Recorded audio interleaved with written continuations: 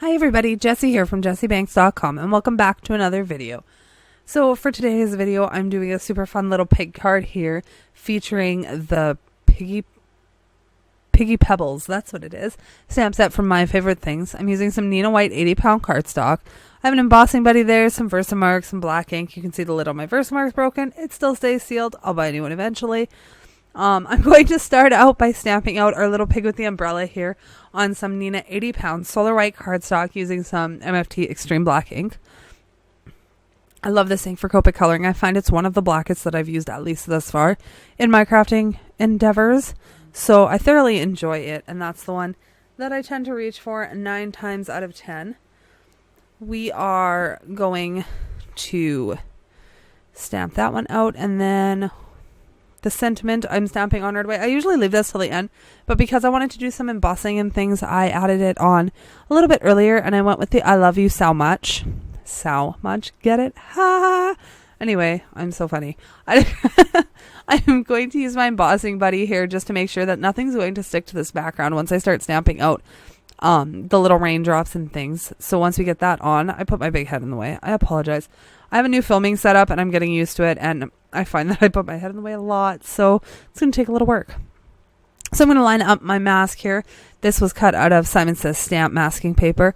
All the products and everything used will be linked in the description box below, so that's always there for you guys. Nice and handy. I'm going to add a little bit more of our embossing buddy on there just to make sure that everything doesn't stick, and then I'm going to take these raindrops here and we're going to emboss them in some Hero Arts white embossing powder after I stamp it with my VersaMark ink. It's going to be absolutely adorable. So we're going to spend a little bit of time here. I'm kind of futzing, making sure I stamp them, but I don't want them to like come underneath of the rainbow because I want them to look right, and then I couldn't see them. So I put the embossing powder on. I was looking for the label that said white. Obviously it's come off. So I'm putting the embossing powder on them and just not heat setting it so I can make sure I can see where they are and where I want to fill in and things of that nature. So I'm going to add some up at the top here. And then I do take a little piece of scratch paper. It's just a scrap actually out of the recycle bin. It's a tiny little strip. Just to make sure that I don't end up with the, well, if my big head wasn't in the way. So that I don't end up with any of the raindrops coming underneath of the umbrella, because the umbrella would kind of stop them, you know what I mean?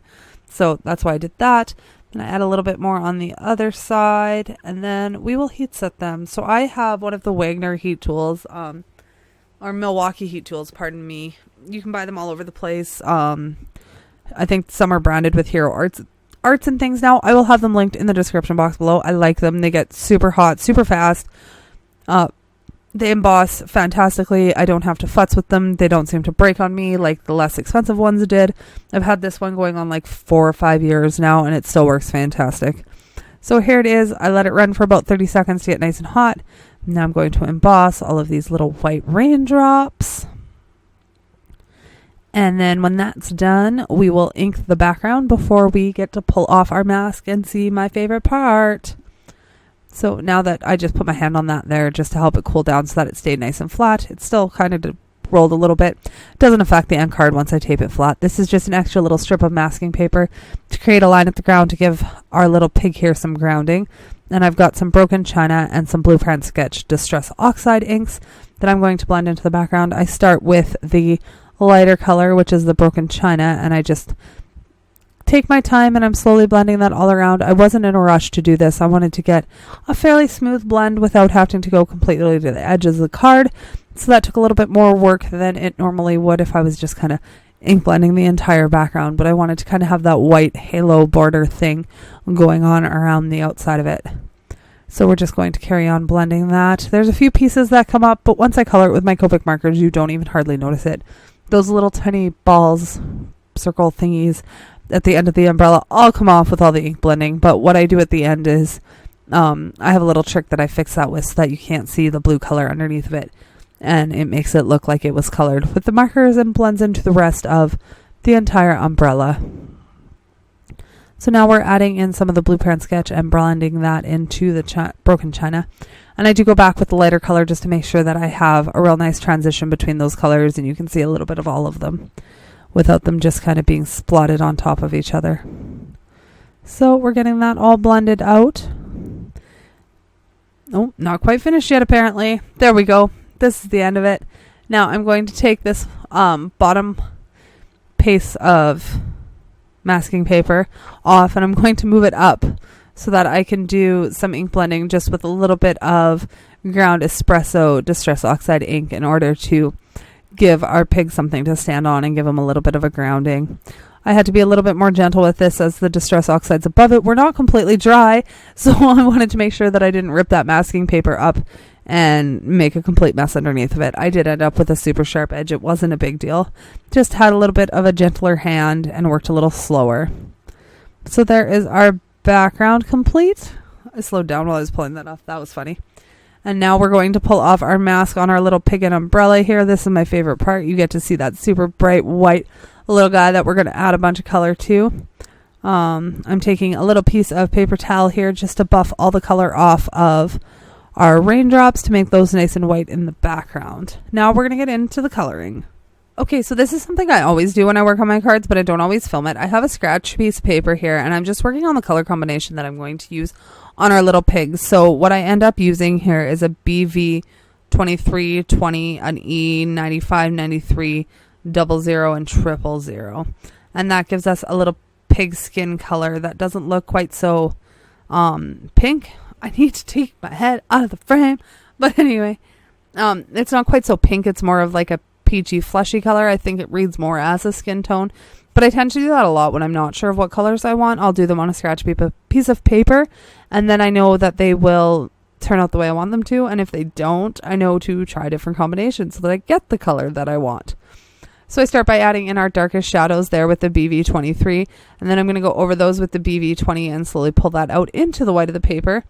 I'm doing his entire body and head first. I will do his snout after. I wasn't exactly sure what I wanted to do with the snout.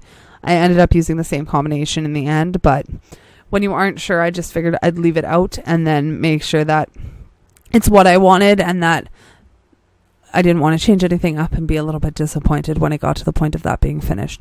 So I found that the E93 looked a little darker than the E95. It was a little more pink as opposed to that more of a peachy, fleshy toned kind of a color. So I went in with the 93 and then I'll come in with the E95. I'm not sure it made that much of a difference, but I did feel like that E93 was slightly darker than the E95. So we're going over top of all of those BVs that we put down, which will blend them into the peachy color, but still have them looking as a shadow. I really like using different colors to create the shadows as opposed to just always going really, really dark. I like to layer grays or browns or like blue violets underneath of my other colors just to achieve some more natural-ish looking shadows. Once we finish with the 93, we pull out the 95, and I'm going right back over top of those all the way back to the stamped lines and blending that into the white of the paper. Lots of people color light to dark and then dark to light. Sometimes I'll go in and map out my darkest shadows with my lightest color, but for the most part, I color dark to light in one coat and I'm done because I'm lazy. It's true though. I don't want to do more work than I have to do, and I find that I can get a blend that I'm happy with in one coat from going dark to light, that I don't want to do it twice. So if you color twice and you go from like light to dark and dark to light, that's fantastic. You keep doing you. I mean, everybody learns how to color in their own way, and just keep doing whatever works for you. So I did go and pull in this R30 just to put in his ears to make them a little bit more pinker. And then I'll blend that out with the E000 and go back in and add a little bit more of that R30 yet. Look, I held the cap upside down for you guys. Aren't you proud of me? Going into his snout now, and I'm doing the exact same combination, a little bit of the BV23, then the 20, and we'll work our way through. So can we talk about how happy I am that Stacy Akula is now doing stamps with my favorite things, and they come in clear, and I don't have to get them from overseas. There's still a bunch of them that I have on my list that I would like to pick up from Purple Onion Design, but I am super pumped that she is now designing with my favorite things and releasing one stamp set or two stamp sets a month kind of a thing. We recently got like a scenery stamp from her with my favorite things and all that fun stuff. So I am super excited to see her designing for them and for them to bring her on as an artist. It makes me really, really happy. I'm super pumped I get to use these on cards. I have lots of them coming. I got a new light in the craft room, so I'm hoping to do a ton more filming for you guys because it doesn't feel super dark and dingy down here, and I don't have to have 500 lamps on a project in order to be able to film a project, so it makes everything a lot easier. We are now on to, well, you saw I did his feet with E43 and 41, and now I'm working on the umbrella, and I'm using my E70 markers, which are a little cooler. Now we're going to go into the umbrella, which I'm going to make yellow and purple, which are complementary colors, so you want to make sure you kind of stay in the lines, because if they do overlap, you could end up with a brown, because purple and yellow make brown, which is not the color I wanted. So I'm starting off by doing 2 of the panels with the yellow, because the yellow is the lighter of the 2 colors.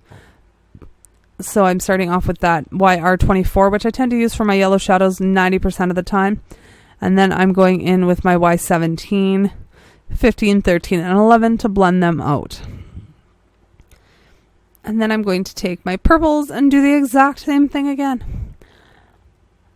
I'm so happy with how this card came out, you guys. I think it's absolutely stinking adorable. We all know I'm a big fan of My Favorite Things. I have been for a very long time. I know I've been kind of slacking on the projects with them and the videos using their stuff, but honestly, it's because I've just been slacking completely. So I've still been buying. Does that count? But I'm hoping to at least get you guys 1 to 2 videos a week from now on. The fiance's moved into the house, and everything's kind of falling into place now, and I can sneak downstairs once in a while and not feel guilty that I'm leaving him alone, because he'll get over it. So I'm doing a little bit more filming and a little bit more playing in the craft room, so you guys will see a few more things aside from just design team work now, so that's super exciting. I went in with the V09 here and then the 06, and I found that it didn't blend as well as I wanted it to, so I went back and added a little bit more of that V09. Then I'll go back over it again here with the V06. So where that 06 is laying over itself, it's going to get a little bit darker. So it just kind of made a couple more colors in there for the transition. I found it looked a little smoother. It's not ideal, but it worked well enough. I haven't been coloring a ton with my Copics, and I feel a little rusty with them. So I'm happy with the way it came out. I know that that blend could have probably been a lot smoother, but it is what it is. So now I'm taking my Copic multiliner in a 0.1, and I'm going to trace over all of those black stamped lines to make sure everything's super dark. Now I have some Nuvo drops here in Dandelion Yellow, and it's clogged. So I stuck a pin in it, and I couldn't get the pen to go in all the way. And now I'm off screen, and then I bent the pin. Then I had to turn the camera off, and I had to find a different pin, and I had to get it so that it would come out, and now it came out. So now I'm squeezing this onto my waffle flower medium mat here, and I'm going to take the little tip of the pin, and I'm going to put that into those little dots that I made blue earlier that I didn't want to make blue when the mask came off, and it's focusing on my head. That's okay. So we're just going to dab those on top of all of those little circles, and that's it for this card, guys. Once it's dry, I'm just going to adhere it down to an A2 size top folding card base. So this was 4 1/4 by 5.5 with double-sided tape, and that's it. So like I said, all of the products are listed in the description box below. If you aren't subscribed to the channel, please subscribe and give me a thumbs up if you guys enjoyed this one. I will see you very soon in another video. Bye for now.